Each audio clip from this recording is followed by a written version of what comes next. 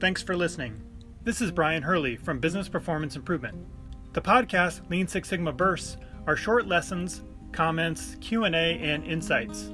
If you have a question, send your question through the Anchor app, and we might feature you on a future episode. Or contact me at biz-pi.com.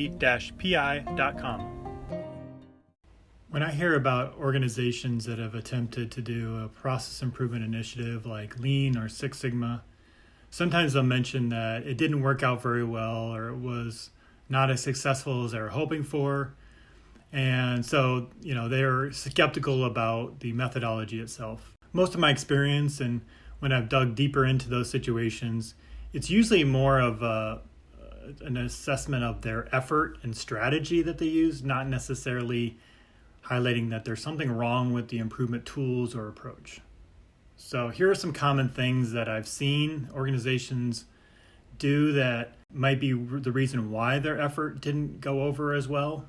Just wanted to kind of highlight these. So if you do see something out there around people saying something bad about the approach or methodology, we really wanted to look a little bit deeper and say maybe the way it was done is probably more to blame than the actual approach or tools or techniques themselves.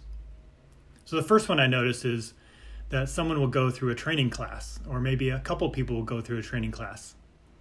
And that's the extent of their improvement initiative. So they send a few people off to get detailed training on Lean or Six Sigma, and then they're expected to come back and then complete a project.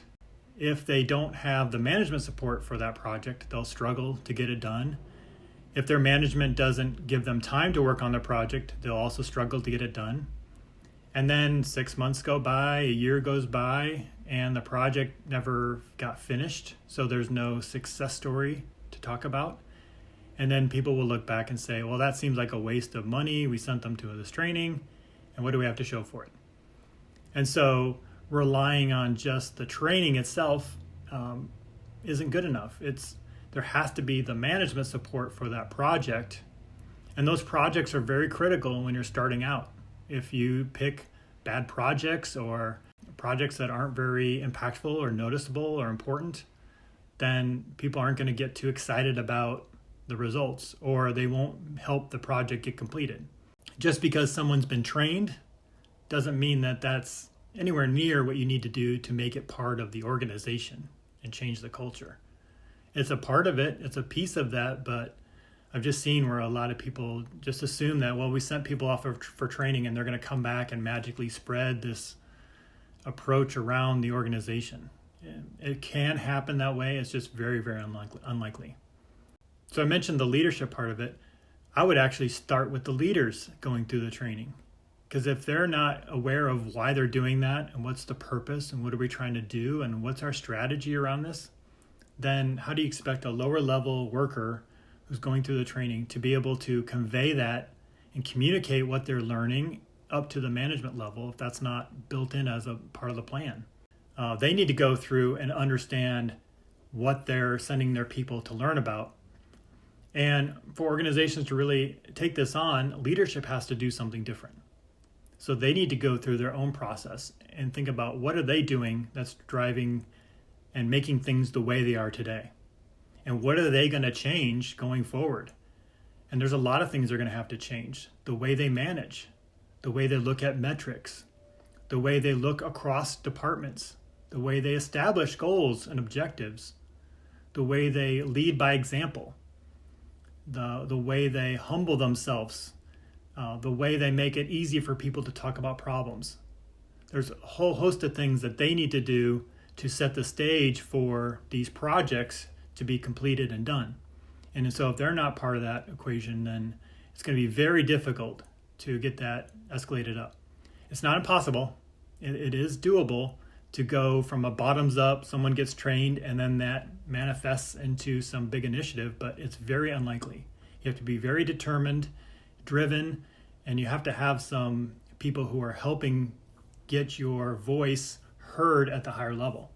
So they can, you'd have to basically fight your way through that project, get it successful, and then communicate and share that example enough that people start to pay attention. So it's a very hard road to go down. It's doable. I've done that before. There's easier ways to do it. I wouldn't recommend it, but if you're driven, it's possible you can do it. If you're in a manufacturer, it's anyone in manufacturing is working on these problems. But these problems stem from engineering, sales, planning, procurement, project management, program management. These issues rear itself and manifest way earlier up in the organization. And they show up at the end of the line as a problem in the organization, often in the last part of the process when people are trying to deliver to a customer. People think that if you just focus on the end of the process and get projects done there, that's where you're going to have the impact. But this has to change the entire organization. Everyone has to do things differently. They have to look at things different. They have to connect all these departments and organizations together to look at the flow from the customer perspective. Look at the impact that they're having on these other areas. So it's not just you train the lean team or the Six Sigma team or the operations team. If you're in a non-manufacturing organization, again, there are processes that are close to the end that deliver to the customer. And the problems in the organization will all show up at that process. So it's good to have those people going through some training and working on projects there, because that's some really important projects, but it doesn't just affect that one area. It actually has to change the entire organization.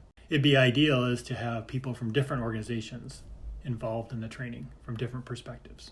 So those are just a couple of things I think about when people talk about their experience. In my mind, I can just see that they sent a very small number of people through any kind of training. Leadership was not involved. They thought it was just going to be implemented in certain parts of the business, not the whole business. And there really wasn't like a plan or strategy put together. Like, we're going to do a pilot and we're going to make that area just tremendously better than it used to be. And then that's going to be the showcase for other departments to come around to look at it and see how it was done and ask questions. And the people involved in that effort are going to be spread out into the organization to help others replicate what they did. That's usually not part of the plan. It's usually, let's just do some training, we'll do a project, we'll get some benefits from it, and then we can say that we're doing lean or we're doing Six Sigma or we've got a continuous improvement program. That's nowhere near what you need. My recommendation is training's good, but if there's no structure or support behind it, don't expect it to go very far. And say, okay, what am I going to do if I go to this training? What am I going to do when I get back? Who's going to help me with this project? Then what are we going to do with that project when we're done? If there's no plan there, then maybe the timing isn't right. And maybe you need to wait a little bit until that's there so that when you do your project, you have something to insert it into that's going to actually go somewhere. So those are some of my experiences so far. I'm sure you might have some other ones. Or if you want to talk about what you're going through or where you're at and how to get out of that situation and some recommendations, I'm always open to having calls and chats. So I'll put a link to where you can schedule time on my calendar. I'd be happy to chat with you. 15 minutes, 30 minutes, we can cover a lot of ground in that time and see if I can help you get on the right track again. All right, thanks for listening. Appreciate everyone who downloads and listens to the podcast. You can also send a question through the Anchor app or contact me through my website at biz-pi.com. Thanks. Lean6sigmadefinition.com has a list of glossary items about popular process improvement terms, along with the history of Lean and Six Sigma methods, and key influencers like Dr. Edward Stemming, Henry Ford, Taiichi Ono, Shigeo Shingo, and many more. You can also learn how to access affordable Lean and Six Sigma training and certification.